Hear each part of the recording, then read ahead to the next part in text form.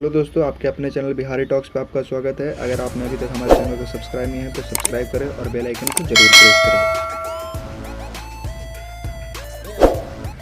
तो आज हम लोग बात करेंगे कि बहिष्कार के बाद भी भारत को क्यों आंख दिखाता है चाइना। तो चलिए वीडियो को शुरू करते हैं। 90 के दशक में डंकल प्रस्तावों के बाद स्वदेशीकरण की मुहिम चली थी, लेकिन ग्लोबल इकोनॉमी से जुड़ने के बाद स्वदेशीकरण की मुहिम ठंडी पड़ती गई। चीन की सरकारी मीडिया ने भारत में चीनी सामान में बहिष्कार पर अपनी तीखी प्रतिक्रिया देते हुए कहा कि भारतीय सोशल मीडिया पर चीन में बने सामान के बहिष्कार के लिए क्या आह्वान बेमानी है। ग्लोबल टाइम्स ने साफ लिखा है कि भारतीय सामान के बहिष्कार का ऐलान भड़काऊ है, क्योंकि भारतीय उत्पाद चीन के उत्पादों के मुकाबले कहीं टिक नहीं सकते। चीन का सरकारी मीडिया यही नहीं रुका, उसने साफ लिखा कि भारत केवल भौंक सकता है, दोनों देशों के व्यापार घाटे के बारे में कुछ नहीं कर सकता। हम आपको बता रहे हैं कि आखिर क्यों चीनी मीडिया ऐसा कहने की हिम्मत कर सकता है। आखिर क्या है चीन और भारत के बीच कारोबार की हकीकत। क्यों नहीं चाहते हुए भी आप और हम चीनी उत्पाद का पूरी तरह बहिष्कार कर सकते हैं। भारत और चीन के बीच व्यापारिक समझौते द्विपक्षीय हैं, लेकिन चीन और भारत के निर्यात में 6 गुना का भारी भरकम अंतर है। भारत चीन के लिए ना सिर्फ बाजार बन गया है, बल्कि हमारी आम ज़रूरतों का हिस्सा बन गया है। इसलिए चीन को ये मालूम है कि त्योहारी कारोबार में बहिष्कार से ज़्यादा कुछ फ़र्क नहीं पड़ने वाला, क्योंकि एक चीज़ का बहिष्कार कर दें लेकिन आपको मजबूरन अगली कोई भी चीज़ चाइनीज़ लेनी ही पड़ेगी। चाइना प्रोडक्ट के बहिष्कार को लेकर देश में मुहिम चल रही है। पृष्ठभूमि ये है कि आतंकवाद के मसले पर चीन को भारत का साथ देना चाहिए था, वो नहीं दिया गया। अंतर्राष्ट्रीय बिरादरी में अगर चीन हमारे साथ खड़ा होता तो मसूद अजहर, हाफिज सईद जैसे देश के दुश्मन के खिलाफ पाकिस्तान को कार्रवाई करनी पड़ती, लेकिन ऐसा हुआ नहीं। लिहाजा देश में यूपी, एमपी समेत कई राज्यों में चाइनीज़ आइटम बैन करके चीन से इस मसले में प्रतिशोध लेने का सिलसिला शुरू हो गया। अब देश भर में चाइनीज़ आइटम के बहिष्कार की व्यार चल पड़ी है। अकेले देश की राजधानी दिल्ली में 150 करोड़ के चाइनीज़ माल के ऑर्डर कैंसिल कर दिए गए हैं, लेकिन इससे क्या वाकई कोई फ़र्क पड़ेगा? अगर आपको चीन को देखना है तो चाइना जाने की क्या ज़रूरत है। किसी भी भारतीय बाज़ार में चले जाइए, आपको इतने चाइनीज़ आइटम मिलेंगे कि आपको ये एहसास नहीं होगा कि वाकई कैसे कोई पराया देश अपने देश की संस्कृति, रीति रिवाज को समझकर अपनी कारोबारी रणनीति बना सकता है।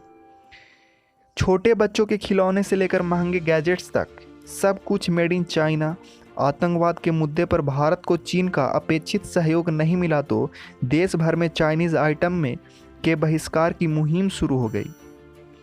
90 के दशक में डंकल प्रस्तावों के बाद स्वदेशीकरण की मुहिम चली थी, लेकिन ग्लोबल इकोनॉमी से जुड़ने के बाद स्वदेशीकरण की मुहिम ठंडी पड़ती रही। लघु उद्योग और कुटीर उद्योग में सिमटते रहे हैं और हमारी और आपकी ज़रूरत का आम बाजार भी चाइना प्रोडक्ट्स का मोहताज हो गया। बाकी देश बड़े सौदों में लगे रहे और इधर चीन ने अपनी उत्पादों को इस रूप से तैयार कर लिया कि वो भारत संस्कृति और आम भारतीयों की ज़रूरत को समझकर उत्पाद बनाने में लग गए।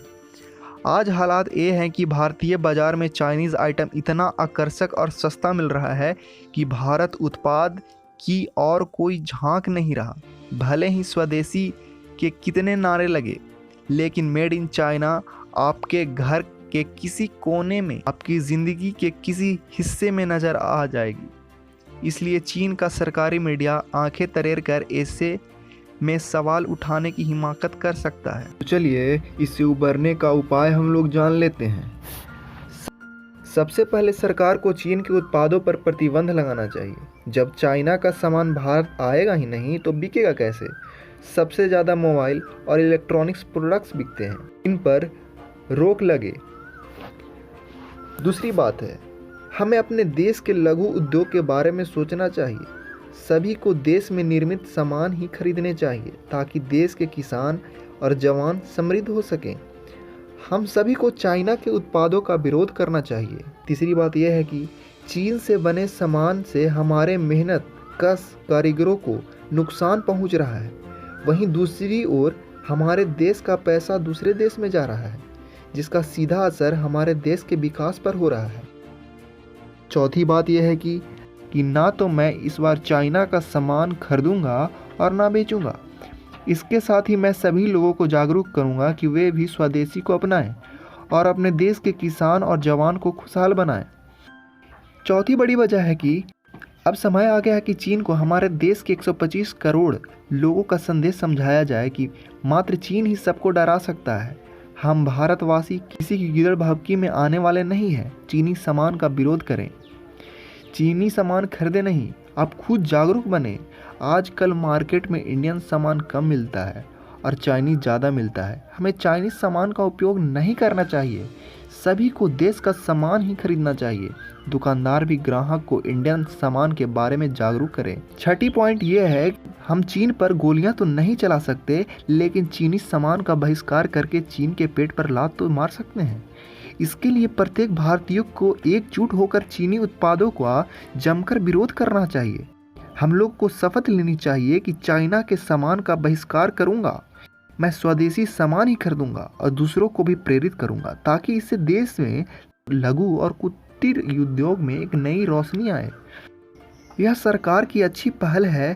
चीन ने ब्रह्मपुत्र नदी के पानी पर बांध बनाने का काम शुरू कर दिया है। ऐसे में उस देश का सामान लाना और बेचना ठीक नहीं है। सरकार को पॉलिसी मजबूत करनी होगी। यहाँ पर रोजगारों का सृजन करना पड़ेगा। पाकिस्तान के साथ साथ चीन को सबक सिखाने का यह सबसे बड़ा मौका है।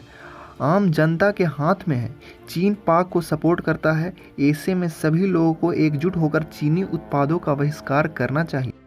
पाकिस्तान और चीन को सबक सिखाने के लिए हमें चीन में बनी हर वस्तु का विरोध करना चाहिए। साथ ही व्यापारी भाइयों से भी अपील करनी चाहिए कि वे चीनी के उत्पाद से बचें, क्योंकि जब ये बेचेंगे तभी तो कोई खरीदेगा।